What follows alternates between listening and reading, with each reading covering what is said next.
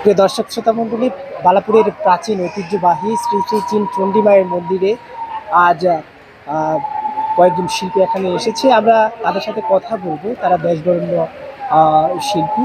আমরা সরাসরি যাচ্ছি তাদের সাথে কথা বলার জন্য। উনি বলবেন। আমি তো কোনো তথ্য জানি না, আপনি মানে কোথা থেকে আসলেন এবং আপনি কি আমরা ঢাকা থেকে এসেছি। হ্যাঁ, এই প্রথম এখানে আসলাম। এই প্রথমবার আসার পর এটা তো হচ্ছে অর্ধ সহস্র বছরের পুরনো প্রাচীন মন্দির। তো সেক্ষেত্রে আপনার কাছে এই এখানকার পরিবেশ আসতে সবকিছু মিলে কেমন লাগে? অনেক ভালো লাগতেছে, যদি অনেক দূরে আমাদের জন্য, তবু এসে অনেক ভালো লাগছে। আপনাকে পেয়ে বালাপুরের মানুষও মানে আপনাদের সবাইকে পেয়ে তারা গর্বিত। সেই অনুষ্ঠান তো এখনো শুরু হয়নি, অনুষ্ঠান করবেন। তো মূলত আপনারা তো বিভিন্ন জায়গায় প্রোগ্রাম করেন, এই যে এখানকার যে আয়োজনটা দেখতে পাচ্ছেন, এই আয়োজনটা আপনার কাছে কেমন লাগলো? হ্যাঁ, অনেক ভালো লাগতেছে, ওনারা অনেক আন্তরিক। ঠিক আছে, আমরা আরেকজনের কাছ থেকে একটু জানবো। আপনার নাম এবং আপনি কোথা থেকে আসেন? আমি শামিমা সুলতানা, ঢাকা থেকে আসছি, ঢাকা বনশ্রীতে থাকি।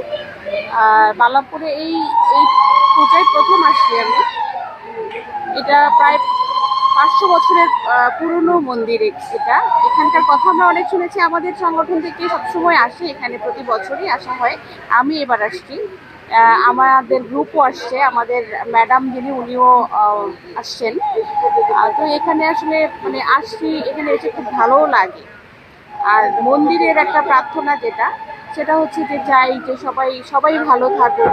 এটা চাই যে সবাই ভালো থাকুক, এখানে প্রার্থনাটা সবার জন্য প্রার্থনা যেটা, সেটা হচ্ছে যে সবাই ভালো থাকুক, ভালো মানুষ হোক। আপনাদের যে সংগঠন থেকে বা আপনারা যে ইয়ে থেকে আসছেন সেটার নাম কি? বাংলাদেশ আমাদের সঙ্গে, আমার নাম নাসরিন ফেরদৌস চমন। আমি ঢাকা গুলশান থেকে এসেছি। আমি কণ্ঠশিল্পী। তো আমরা যে আমি যেই সংগঠনে আমরা থেকে সবাই আজকে এসেছি, সেটার নাম বাংলাদেশ লোকসঙ্গীত পরিষদ।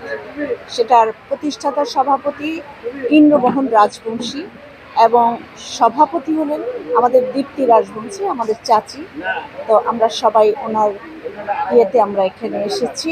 এটা অনেক দিনের, আমি শুনলাম অনেক দিনের পুরনো আপনার মন্দির। খুব ভালো লাগছে, কিন্তু রাস্তা মাঝে মাঝে একটু খারাপ। জি জি, রাস্তা মাঝে মাঝে একটু খারাপ।